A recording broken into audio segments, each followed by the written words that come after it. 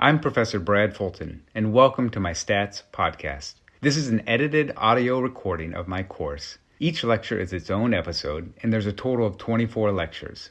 This course provides an introduction to the quantitative methods social scientists and data analysts use to collect and evaluate empirical data about society. Through this course, you will learn to gather, describe, and analyze data with an emphasis on the application and interpretation of these methods. This course will also help you to be a more informed and critical reader of academic research, public opinion polling, and advertisement claims that present statistical evidence. Although some of the current events I reference might be dated, the content is timeless. I hope you enjoy this lecture, and if you have any questions, you can email me at bradrfulton@gmail.com. Hi, my name is Professor Fulton. If you like this podcast, you'll love the book I use for the course. It's titled Statistics, Unlocking the Power of Data. This book uses a highly intuitive approach to help students visualize statistical concepts, which accelerates understanding. I've reviewed dozens of textbooks, and Unlocking the Power of Data is hands down the best one out there, mainly because of its unique intuitive approach and straightforward explanations. You can find a link to the textbook in the show notes, and if you use the promo code BLOCK5, you'll get a 10% discount. Questions related to the assignment. One answer that I had came up a lot in part 2. Correlation is a sample statistic that we pull from our sample data. It's measuring the relationship between two variables. So the proper notation for correlation is the correlation, like in the example of yesterday, is religion and happiness. So you want to know the correlation between religion and happiness. There's no such thing as the correlation of religion, or what's the correlation value of religion. It doesn't exist. A handful of you notated it this way, and you're saying like the correlation of religion is equal to the correlation of happiness and so on. And so it just doesn't make any sense. So when you're talking about correlation, you want to indicate the two variables that you're measuring the relationship between. This is important because the next step in your final project will be measuring the correlation between your dependent variable and all of your independent variables. Take note of that. We're moving on. Yesterday we did chi-square test. Today we're going to do ANOVA. And ANOVA is the shorthand for analysis of variance. To forewarn you, this is going to be I'll say mathematically rigorous lecture. Be patient and just know that all the things that I put up here will be sent to you so that you can go back and look at them. There's no way you can write everything down. What we're looking at is inferring difference in means for multiple categories. So far we've learned how to do inference for a difference in means when the categorical variable only has two categories. So the example that we did was the difference in mean number of hours spent exercising by gender. We have a quantitative variable, which is the mean number of hours spent exercising, and then we have a categorical variable that only has two categories, which is male and female. Today we're going to learn how to do inference for a difference in means when the categorical variable has multiple categories. So an example would be difference in the mean number of hours spent exercising by race. So you would have this sample statistic of mean number of hours exercising for white people, mean number of hours of exercising for black students, and mean number of hours exercising for Hispanic students. And you can think of a myriad of other examples where you have a quantitative variable, but then you're comparing it with a categorical variable that has multiple groups or categories. And again, we take the same approach as before of hypothesis testing is how we're going to be conducting inference. And so, as always, you start by stating the hypotheses, and then you calculate a test statistic based on your sample data. And then we need to create a distribution of this test statistic as it would be observed if the null hypothesis was true. And then we're going to measure how extreme your observed test statistic is when compared to the distribution generated under the condition that the null is true. The same stuff that we've been doing all along, so nothing's new here. But the new thing is how do you test for a difference in means across K groups or categories. So we know how to do it when there's just two categories, and is it any different when there's k groups or more than 2 groups. And it is different, so that's why I'm telling you. The null hypothesis under this situation is that the mean value for each group is the same. So if we think of like number of hours spent exercising by race, we're saying that it's going to be the same number of hours spent exercising for white students, black students, and Hispanic students. There's going to be no difference. So the population mean for group 1 is going to equal the population mean for group 2, 3, and so on, all the way through k. So there's no difference. There's no difference between groups at all. And then the alternative hypothesis is that at least one mean is not the same as the rest. It's just a very general hypothesis. All we're testing for is, does one group differ from any of the other groups? And so in the same way, we're going to use a standardized test statistic so that we can assess it compared to the rest of the distribution. Like with the chi-square test, we can't use the familiar formula of sample statistic minus null value over standard error to calculate the standardized test statistic, because we have more than one sample statistic. And so our sample statistics for this is going to be x bar 1, x bar 2, x bar 3. Like for each group, we're going to have a mean value, and then we're going to look at the difference in those means. So we don't just have one sample statistic.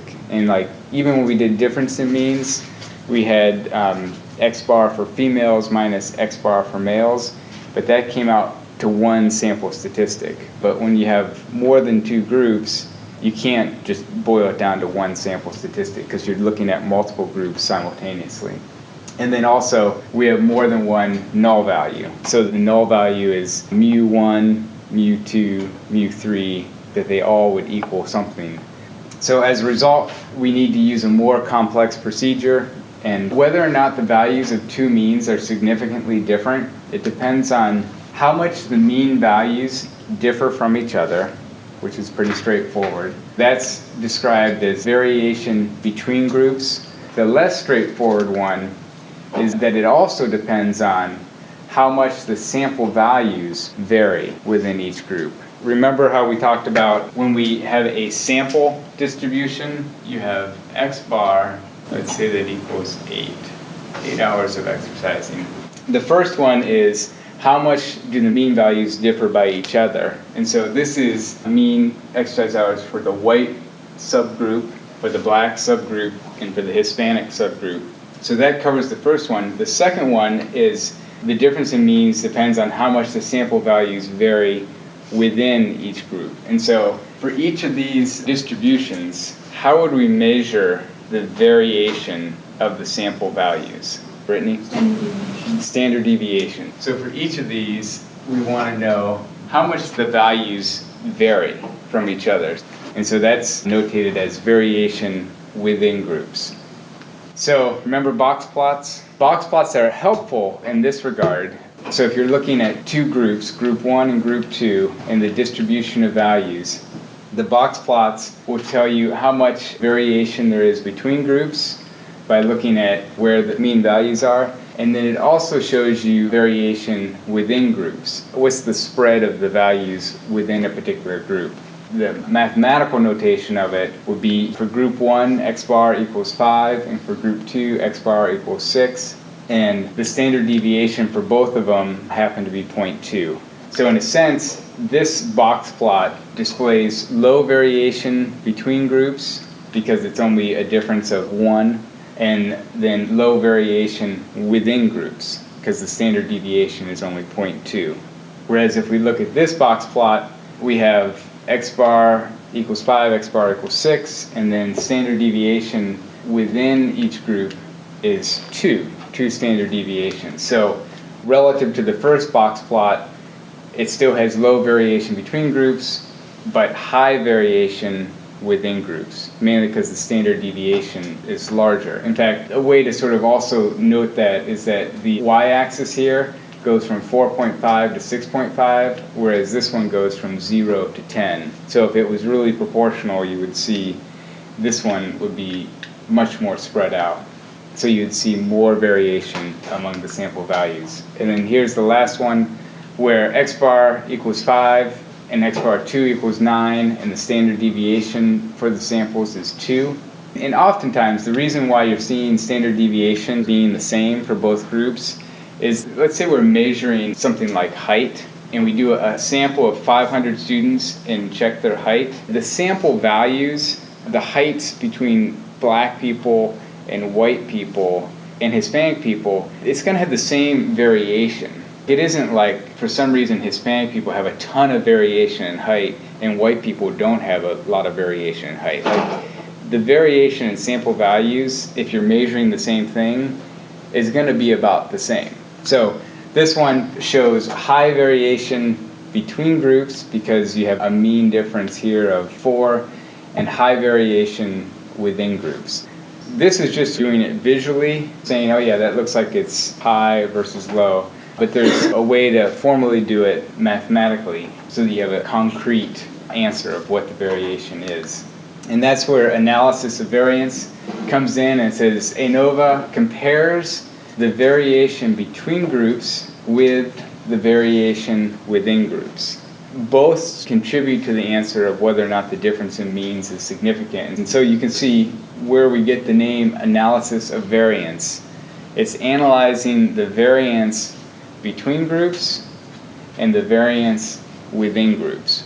This is where it gets computationally intensive because we're measuring multiple things. But we'll start with the simple thing. Total variation. How much variation is in your sample? Are they really tightly packed together or are they really far spread out? Total variation equals the variation between groups plus the variation within groups. Pretty straightforward. So if the variation between groups is greater than the variation within groups, then the difference in mean values between groups will be significant. If you have a lot of variation within groups, it means that your values are really far spread out, which would lead to a very wide confidence interval. And so if you're looking at two distributions that are very spread out, there might be a difference in mean values, but the confidence interval for those mean values would overlap each other, even though it seems like there's a difference in means, but because there's so much variation within group, it's equally likely to get mean values that wouldn't have any difference in them. So how do we measure variation between and within groups? So there's a couple new notation things that I want to highlight. The first is K, which is the number of groups or categories. So always think these are categorical variables and the groups are the different response options. So even like we've been looking at the variable happy, for those of you who remember looking at how many groups or categories are there in happy? There's 3. Now they're not groups like race or things like that, but the groups are very happy, somewhat happy, and not happy. It doesn't need to be people groups, it's just whatever your categorical variable is and whatever the categories are is what you'd be measuring. And so K is simply notating the number of groups for that categorical variable. N sub J is the number of cases in group J. As we've seen before, N is the sample size, but then we're taking our sample and dividing it up into the groups based on the categories. Then we want to know how many people are in group 1, how many people are in group 2, and so on. And then N, as we've known before, is the overall number of cases, which is our sample size. And we can check our work by looking to make sure that N1 plus N2 plus all the way up to Nk equals N. So you can make sure that you're accounting for everyone by making sure that your N sub j's add up to the total sample size. So sum of squares. This is a challenging word because it's one that we don't use ever in everyday language. And even the definition of it is something that we never use in everyday language. But we measure variation as the sums of squared deviations. And for shorthand, they call it sum of squares. Variation, the key word to pull out is we measure variation by measuring deviations. Maybe that will make a little bit more sense. Total variation, the formula for that is x bar. Oh, that looks familiar. That's our overall sample mean. it's taking all these x bars and finding what the overall sample mean would be. So then xi is sample value I. So this is looking at the entire sample, and you just take each of your respondents, and each respondent has a value that you're looking at. So for this one, it's exercise hours. So you look at the sample mean, which is the mean number of exercise hours, and you look at how much does a particular sample value deviate from the sample mean. And then you simply add up all the deviations. Does this look familiar to something that we've measured in the past? Brittany? The sample value I, Uh-huh. That's your sum of all of them? We have group 1, 2, and 3, Okay. and our meta sample combines 1, 2, Okay. and 3. And so with total variation, 7.6. That's the x bar for the total sample. Okay. With total variation, x bar is 7.6, and this person's value is, let's say, 8.1. And let's say n is 300. So we have 300 people in our sample. Each person has a number of hours they've exercised in the last week. And so with person 1, their score was 8.1 hours of exercise. So you want to know how much person 1 deviates from the sample mean. That would be 0.5. And then you would calculate that for all 300 people. And then you would add them all up. That would let you know how much all of the sample values deviate from the sample mean. So standard deviation, xi minus x bar squared divided by n minus 1. So then the next is variation between groups. The way to measure variation between groups, we have our overall sample mean, and then what we're comparing it to is the mean of group J. So how much does the mean of group J deviate from the overall sample mean? What we have here is we take the mean of group I and see how it deviates from the overall sample mean. And so we're going to get J number of values in there, because for this example we have 3 groups. For each one you multiply it by the sample size. So in this case we're going to say sample size for n sub w equals 125, n sub black equals 100, and n sub Hispanic equals 75. That will give you the variation between groups, and then we sum that over all the groups. So that will give us a way to measure the variation between groups. And then the last is variation within groups. You look at the mean of group J, so that's up here, 7 hours, and then the sample value for the ith case in group J. So this one, the mean of our first group is 7 hours, and then we have 125 people in this group, and we want to know how much do the values in each of these, how much do they differ from their group mean. So it's similar to how we did total variation, but it's just doing it within each group so that you can see how much the values vary. Why is that like so much different than the total variation?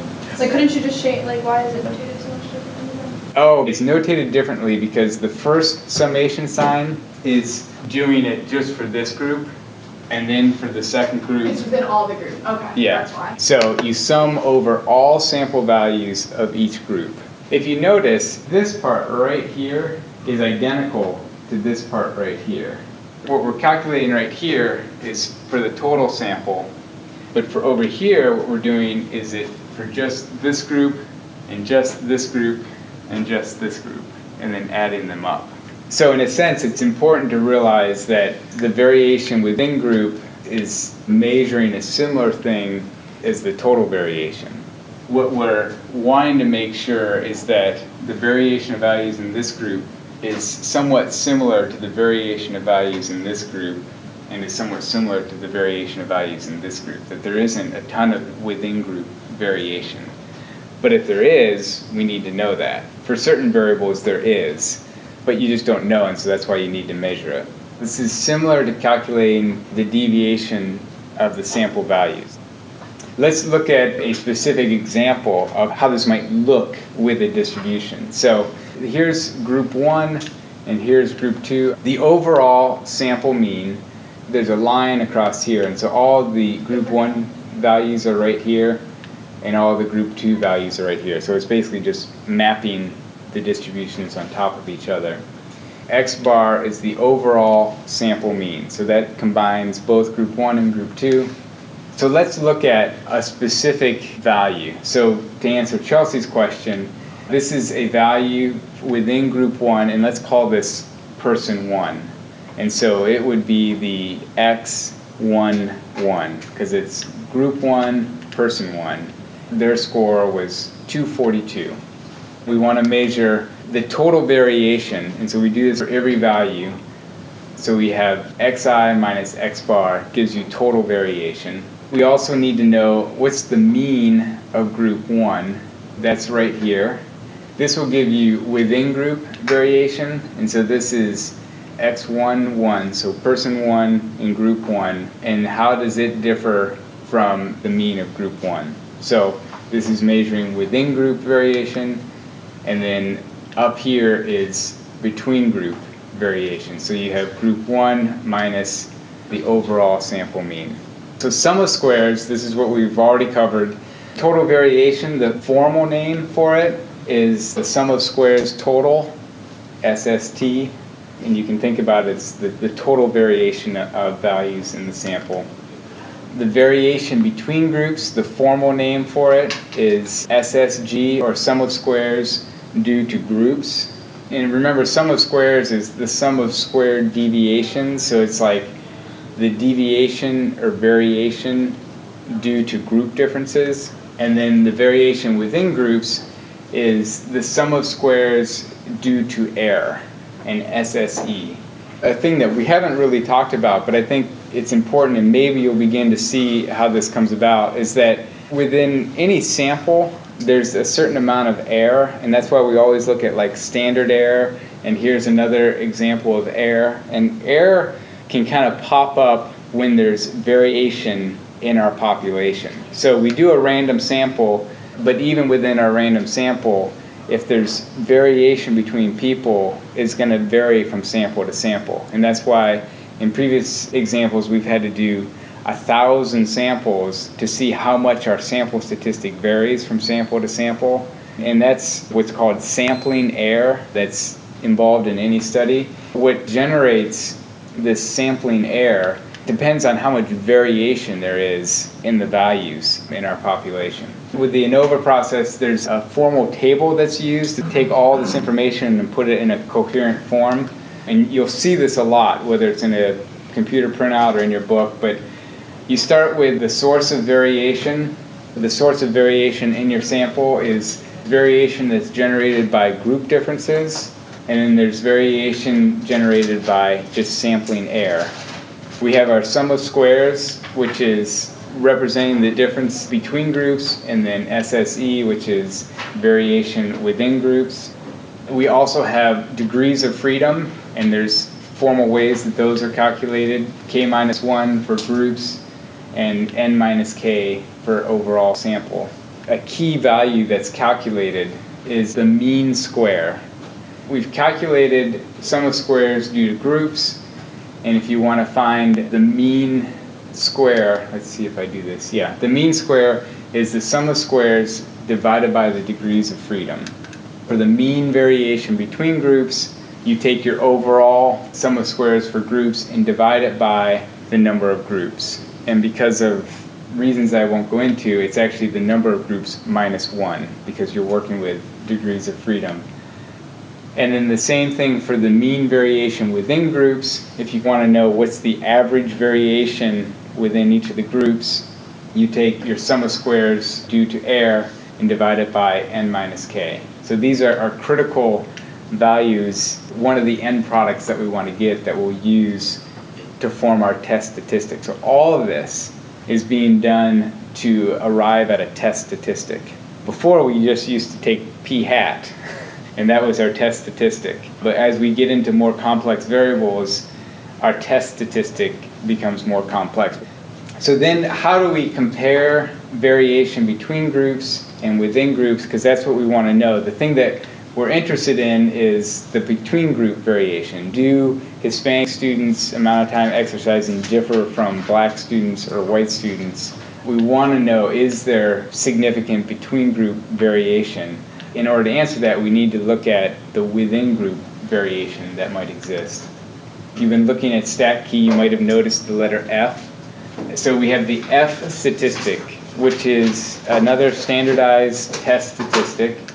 The F-statistic is a ratio of the mean variation between groups to the mean variation within groups. If you're confused by ratios, here's visually what it looks like. So you have F equals the mean variation between groups over the mean variation within groups. Here's those key values that we calculated, MSG over MSE. And you can go back to the chart to remind yourself of how those were calculated. This is what we're shooting for, is the test statistic to look at the difference in means when you have multiple categories.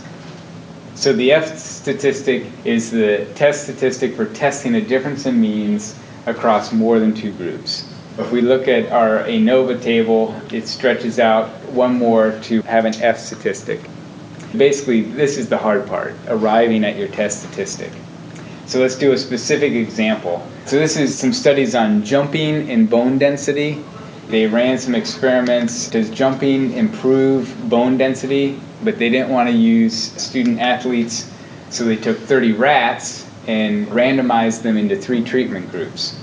You have no jumping, which is the control group, and then the other is having them do 30 centimeter jumps, 10 rats doing that, and then the next having them jump even higher, doing 60 centimeter jumps. I don't know how they got them to jump 60 centimeters, probably food or something. But the rats performed 10 jumps per day, 5 days per week for 8 weeks, and then bone density was measured after 8 weeks. So you see, here's our categorical variable, group 1, group 2, group 3, and then our quantitative variable is going to be bone density. Here's the box plots. Here's the summary statistics. For the control group, the mean bone density is 601. The mean bone density for doing the high jump is 638, and for the rats doing the low jump is 612. Ultimately, the question is there a significant difference in means across these groups? You could just visually look at it and say, yeah, it looks like the rats who did the high jump have a significantly different mean value than the control group with the low jump. And then you could also say, well, maybe the low jump is different from the control group. Visually, you can't tell because you need to do more calculations to look at not only variation between groups, but also how much variation in the sample is there. Because like if you notice, this box plot overlaps with this one. If you did another experiment with another 10 rats and had them do the low jump, you might get a mean that's up in this range. And so you can't just look at it visually and do it. We're going to set up a hypothesis test for this experiment. What we have is that the population mean for the control group equals the population mean for the low jumpers, which equals the population mean for the high jumpers. So we're saying there's going to be no difference in bone density across groups, is the null hypothesis. And then the alternative hypothesis is that at least one of the groups, one of the means, is going to be different. One group is going to have a significantly different mean value than the other groups. SSG, I'll let you know now that I will never make you compute SSG or SSE or SST. You can breathe a sigh of relief, but what I will make you do is I might give you the value for SSG and the value for SST, and you'll need to know how these values relate to each other. And so if you have 2 of these values, you can always find the third one. So you calculate out, this is the sum of squares for groups, sum of squares for error, and the total sum of squared deviations for the whole sample. We put this into our ANOVA table. We have our source of variation, which is groups and error, and then total variation. So now we have our sum of squares from the values that I gave you. And so we can also calculate our degrees of freedom. K minus 1 is 3 groups, minus 1 equals 2. And then n minus k, the total sample size was 30, minus 3 groups equals 27. And then the total degrees of freedom for the entire sample is 29. And then we can calculate the mean sum of squares, which is basically taking the sum of squares and dividing it by the degrees of freedom. So just knowing what the proper formulas are to get the values we want. And then ultimately, we can get the F-statistic, which is taking our MSG divided by MSE, and we get 7.98. So that's our F-statistic, that's our test statistic to see if the difference in means is significant. So as the amount of between group variation increases, the F-statistic increases.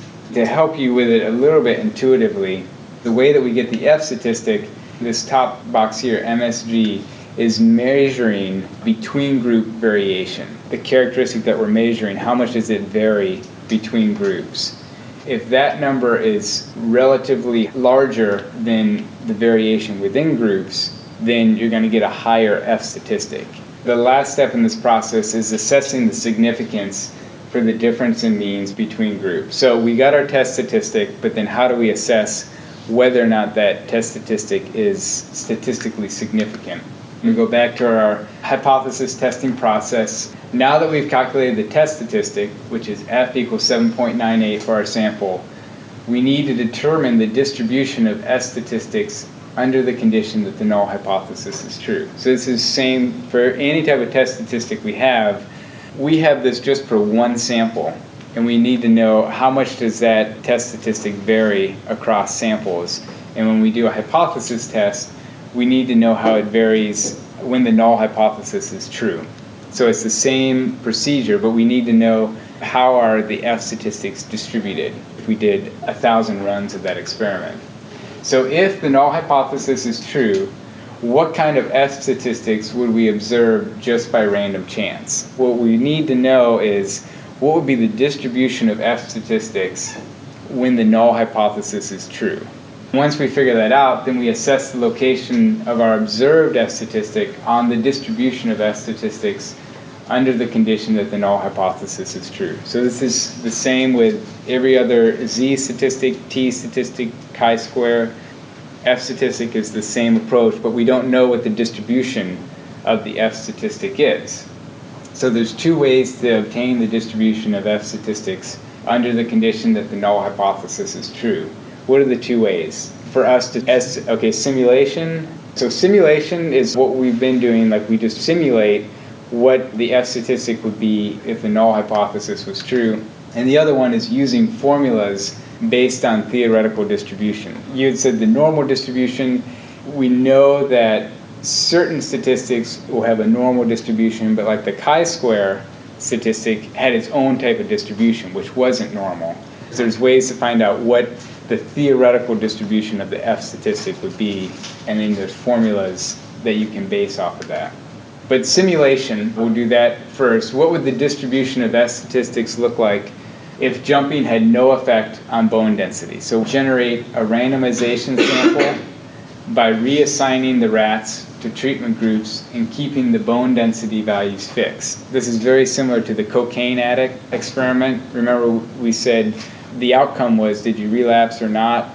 And so then when we did the randomization sample, we just changed what treatment group they were in, but kept whether or not they relapsed the same, because we were saying it doesn't matter what treatment they get, they're going to have the same outcome, because our null hypothesis is that whatever treatment you get has no effect. So in this way, we would reassign rat number 1, he has a certain bone density, but we would reassign that rat to a different treatment group. It's done hypothetically, like we're not making the rat redo the experiment, but we just say rat 1 is now going to be assigned to the control group, and you just randomly assign them to generate this randomization sample. And then we calculate the F statistic for this randomization sample.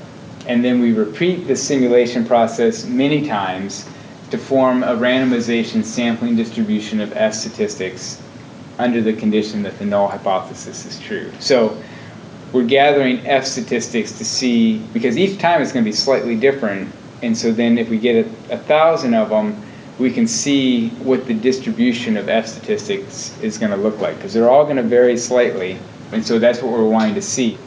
And then we assess the probability of getting an F-statistic as large as our observed F-statistic by random chance if the null hypothesis was true. So if we go through the simulation process and did it 1,000 times, this is what the distribution of F-statistics would be. We'd have a lot that are in this range, and then it would sort of be stretched out to the right. And then we see where our observed F-statistic fits on this distribution. And so 7.98 is out here. Because a difference between groups would make the F-statistic larger, we calculate the proportion of values beyond our observed statistic. Same with chi-square distribution. We're always looking at, it's going to be a right tail test, the stuff beyond our observed statistic. P-value for this is 0.002. Any idea of how we would actually find the p-value for this? Stat key. Should we do it? Okay, so we'd be at stat key, and then what would we do? F. Okay, our degrees of freedom. Let's see, it was 3 groups minus 1, so that's 2. And then the denominator is n minus k, so 30 minus 3, so 27. And then what do we do? Right tail. Okay, right tail. So what do we conclude? We get a p-value of 0.0019. What do we conclude? Is there a significant difference in at least one of the means across groups? Yes. So we reject the null hypothesis, which says there's no effect, and we conclude that there is a difference in means and bone density that's brought about by jumping. So with the F distribution, I want to cover quickly, each of these distributions have conditions, and it's important that you just simply know them, because I think someone actually caught one of the homework assignments that it didn't meet one of the conditions, and the person thought they were being clever and said, I don't have to do this assignment, but they didn't see the other conditions. So you just got to know the conditions. For this one, sample sizes in each group are large, each are at least 30 or more, or even if it's less than 30, if the sample data are approximately normally distributed, then it meets the condition. That the variation of sample values is similar in all groups. Most of the time when you measure things, the variation within groups will be similar across groups. So like height, when you're looking at variation of sample values within the white group, black group, Hispanic group, is going to be more or less similar. And there's a formal way to test that. The next condition is that you're doing this under the conditions that the null hypothesis is true. To talk about equal variance, the F distribution assumes that each group will have roughly the same amount of within-group variation. I want to bring this up because it's going to come up again. So as a rule of thumb, this assumption is violated if the standard deviation of one group is more than double the standard deviation of another group. How do we measure the variation of sample values for a sample? So it's the standard deviation of sample values for this group, the standard deviation of sample values for this group, and the standard deviation for sample values of this group. And we want to make sure that they're roughly equal to each other. As we did, obtain the p-value as the proportion of values beyond the F statistic on an F distribution with the appropriate degrees of freedom. And so for this one, degrees of freedom is a little bit more complicated. The F distribution has 2 degrees of freedom, one for the numerator of the ratio, which is k minus 1, and then one for the denominator, which is n minus k. So k is the number of groups, n is the sample size, and k again, number of groups. And all of this information you'll have when you are looking at a particular study. It's just making sure you know what goes where. So we have our ANOVA table, we have our F statistic, we calculate our p-value using the F distribution with the first degree of freedom, and that's the second degree of freedom. And then if we replace it with all the numbers, if you did a computer analysis looking at testing for the difference in means, you would get a printout like this. It would have all these values, and an hour ago, if I would have given you a printout of all these values with all this stuff, you'd be like, what the heck does all this mean? Now you know that it means something, but you have to go back and look and refresh your memory of what is sum of squares and how is that related to mean squares. But it's all in the attempt to find an F-statistic. And really the main take-home is that we're looking at the difference between group variation and within group variation. And so we conclude that we have strong evidence that jumping increases bone density, at least in rats. That is all. This was a difficult one because there's a lot of stuff going on, but all right.